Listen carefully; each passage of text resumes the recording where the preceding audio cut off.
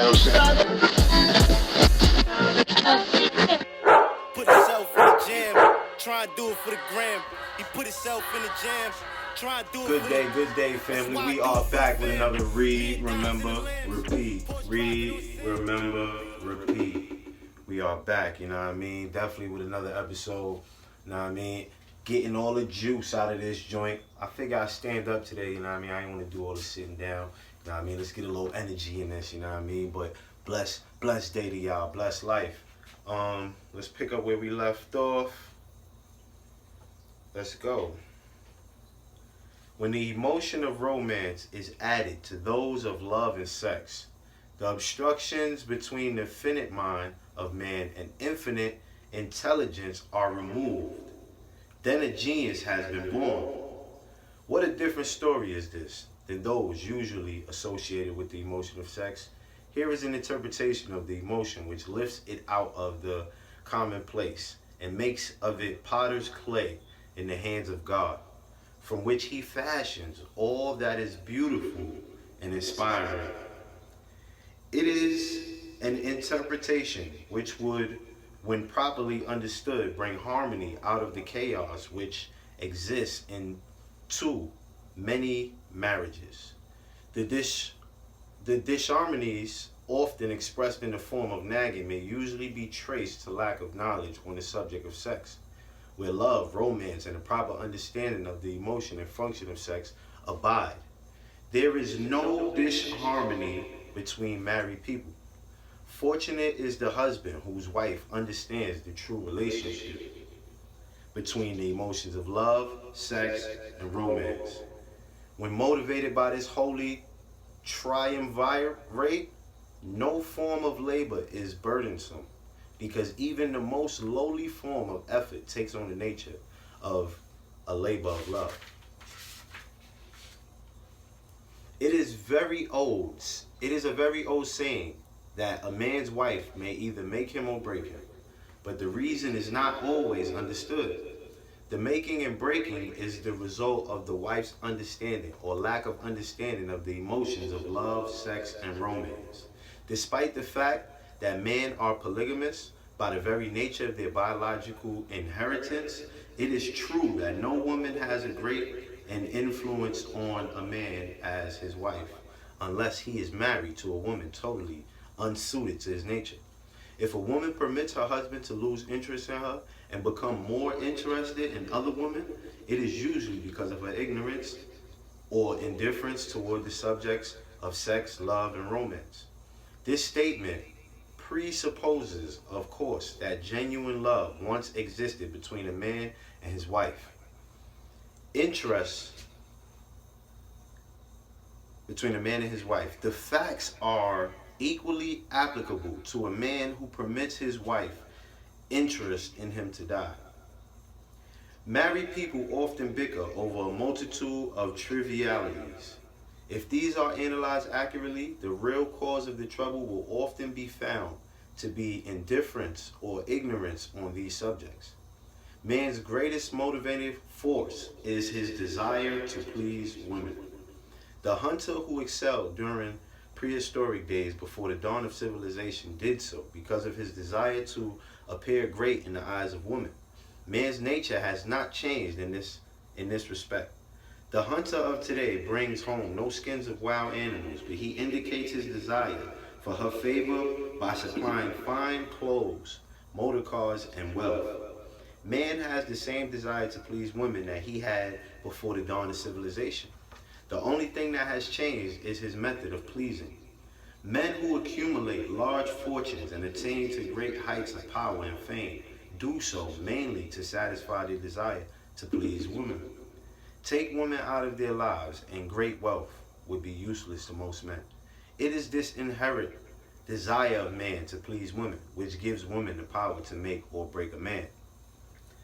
The woman who understands man's nature and tactfully caters to it need have no fear of competition from other women. Men may be giants with indomitable willpower when dealing with other men, but they are easily managed by the woman of their choice. Most men will not admit they are easily influenced by the woman they prefer, because it is in the nature of the male to want to be recognized as the stronger of the species. Moreover, the intelligent woman recognizes this manly trait and very wisely makes no issue of it. Some men know that they are being influenced by the woman of their choice, their wives, sweethearts, mothers, or sisters. But they tactfully refrain from rebelling against the influence because they are intelligent enough to know that no man is happy or complete without the modifying influence of the right woman. The man who does not recognize this important truth deprives himself of the power which has done more to help men achieve success than all other forces combined.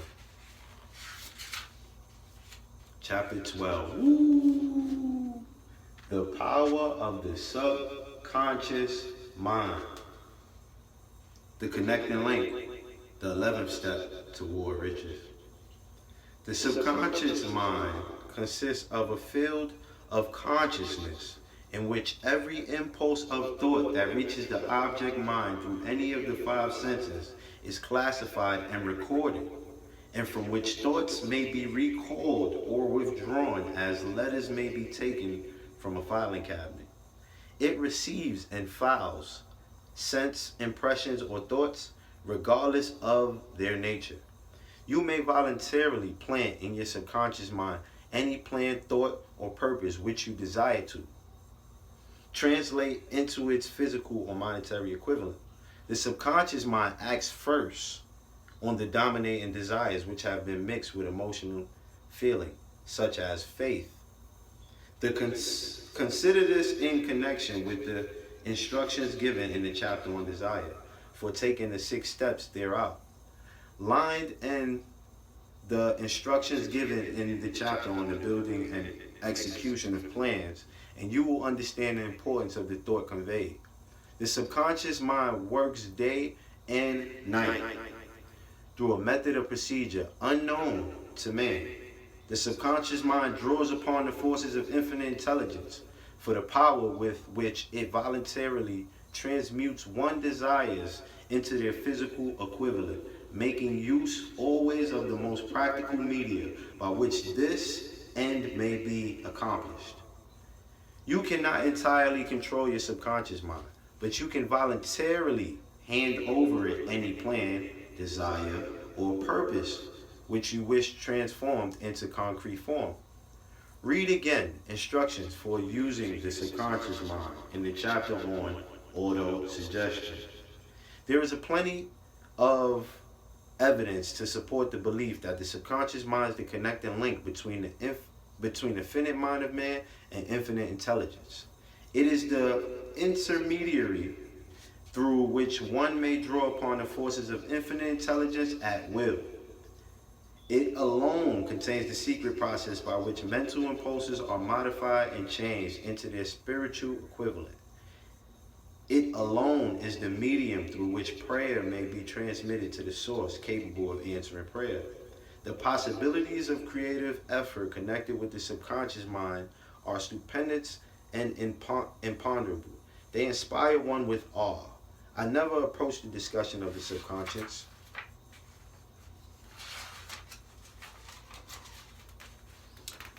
subconscious mind without a feeling of littleness and inferiority due, perhaps, to the fact that man's entire stock of knowledge on this subject is so pitifully limited. The very fact that the subconscious mind is the medium of communication between the thinking mind of man and infinite intelligence is of itself a thought which almost paralyzes one reason. After you have accepted as a reality the existence of the subconscious mind and understand its possibilities as a medium for transmuting your desires into their physical or monetary equivalent, you will comprehend the full significance of the instructions given in the chapter on desire. You will also understand why you have been repeatedly admonished to make your desires clear and to reduce them to writing. You will also understand the necessity of persistence in carrying out instructions. The 13 principles are the stimuli with which you acquire the ability to reach, and to influence your subconscious mind. Do not become discouraged. If you cannot do this upon the first attempt, remember that the subconscious mind may be voluntarily directed only through habit, under the directions given in the chapter on faith. You have not yet had time to master faith. Be patient. Be persistent. A good many statements in the chapters on faith and auto-suggestion will be repeated here for the benefit of your subconscious mind. Remember, your subconscious mind functions voluntarily, whether you make any effort to influence it or not. I'm going to leave that there right there. You already know, y'all. Read, remember, repeat, know what I mean? In that order. Let's get it.